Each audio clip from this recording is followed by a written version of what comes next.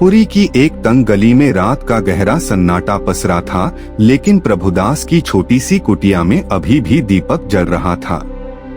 सामने तांबे की छोटी छोटी डिब्बियां सजी थीं, जिनमें कत्था चूना, सुपारी और इलायची महक रही थी। प्रभुदास बड़े ही चाव और लगन से पान के पत्ते सजा रहे थे, जैसे किसी बड़े सम्राट के लिए राजसी भोज तैयार कर रहे हों। पान बनाते बनाते अचानक उनके चेहरे पर एक भोली सी मुस्कान आ गई।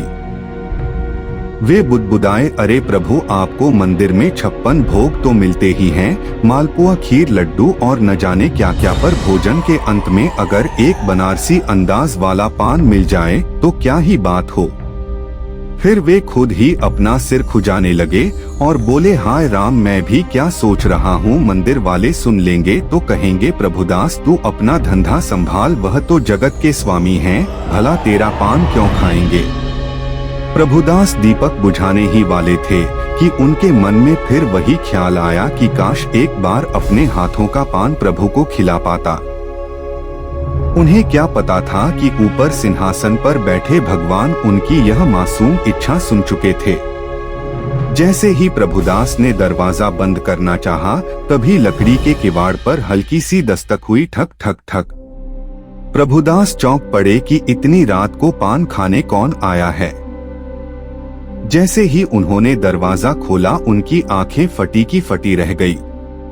सामने दो नौजवान खड़े थे, जिनके घुंघराले बाल, कानों में चमकते कुंडल और चेहरे पर ऐसी मुस्कान थी मानो चांद खुद जमीन पर उतर आया हो। उनमें से एक ने हंसकर पूछा, प्रभुदास जी, क्या आपकी दुकान बंद हो गई? हमें बहुत जरूरी पान चाहिए। प्रभुदास ने लड़खड़ाती आवाज में कहा, अरे नहीं नहीं, आपके लिए तो दुकान हमेशा खुली है।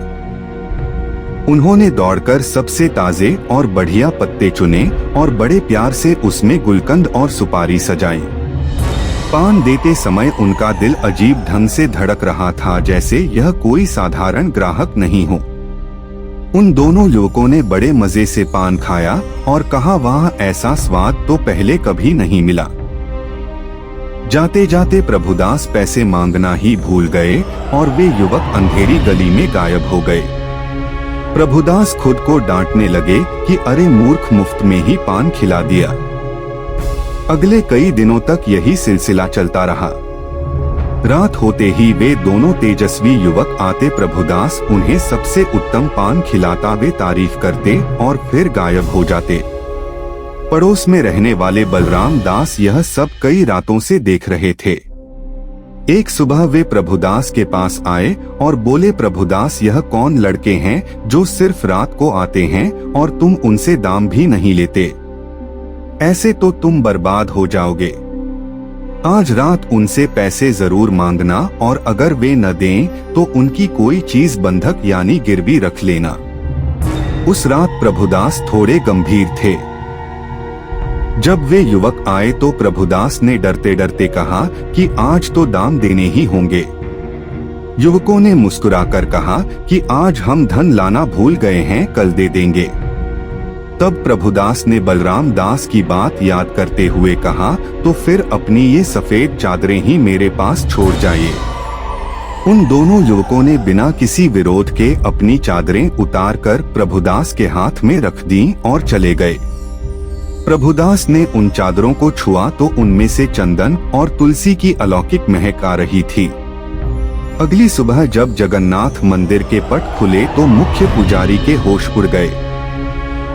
भगवान जगन्नाथ और बलभद्र जी के विग्रहों से वे सफेद चादरें गायब थीं जो रात को उन्हें उड़ाई गई थीं। मंदिर में हड़कंप मच गया कि आखिर मंदिर के भीतर से चोरी कैसे हुई। बात राजा तक पहुंची और वे अत्यंत क्रोधित हुए। उधर प्रभुदास अपनी कुटिया में बैठा उन चादरों को निहार रहा था।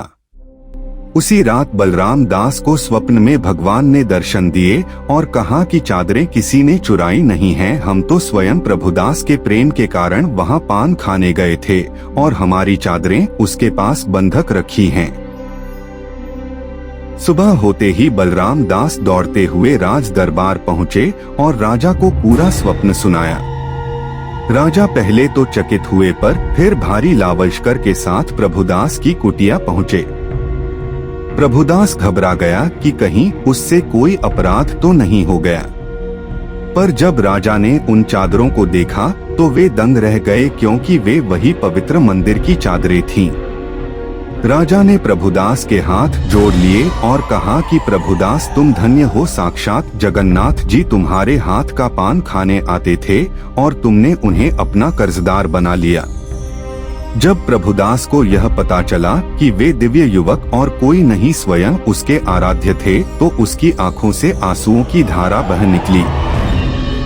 वह जमीन पर गिर पड़ा और रोने लगा कि हे नाथ, मैंने अज्ञानवश आपसे दाम मांगा और आपकी चादरें गिरवी रख लीं। राजा ने उसे गले लगाया और कहा कि यह तुम्हारा अपराध नहीं, तुम्हारी सच्ची भक्ति का प्रमाण है। उसी दिन से पुरी के मंदिर में एक नई परंपरा शुरू हुई कि भगवान को भोग लगाने के बाद प्रभुदास के नाम का पान अर्पित किया जाने लगा। प्रभुदास अब कोई साधारण पान वाला नहीं, बल्कि प्रभु का प्रिय भक्त बन चुका था। यह कथा हमें सिखाती है कि भगवान महलों के वैभव से नहीं, बल्कि भक्त के सच्चे भाव और प्रेम से बंधते हैं। जय जगन्नाथ। दोस्तों, इस कहानी को अंत तक देखने के लिए आपका दिल से धन्यवाद। अगर आपके पास भी कोई रोचक या प्रेरणादायक कहानी है तो हमें जरूर भेजें, हम उसे दुनिया तक पहुंचाने का प्रयास करेंगे। और ऐसी ही दिलचस्प कहानियां देखने के लिए कमेंट करना न भूलें। जुड़े रहिए, अगली कहानी में फिर मुलाकात होगी। धन्यवाद।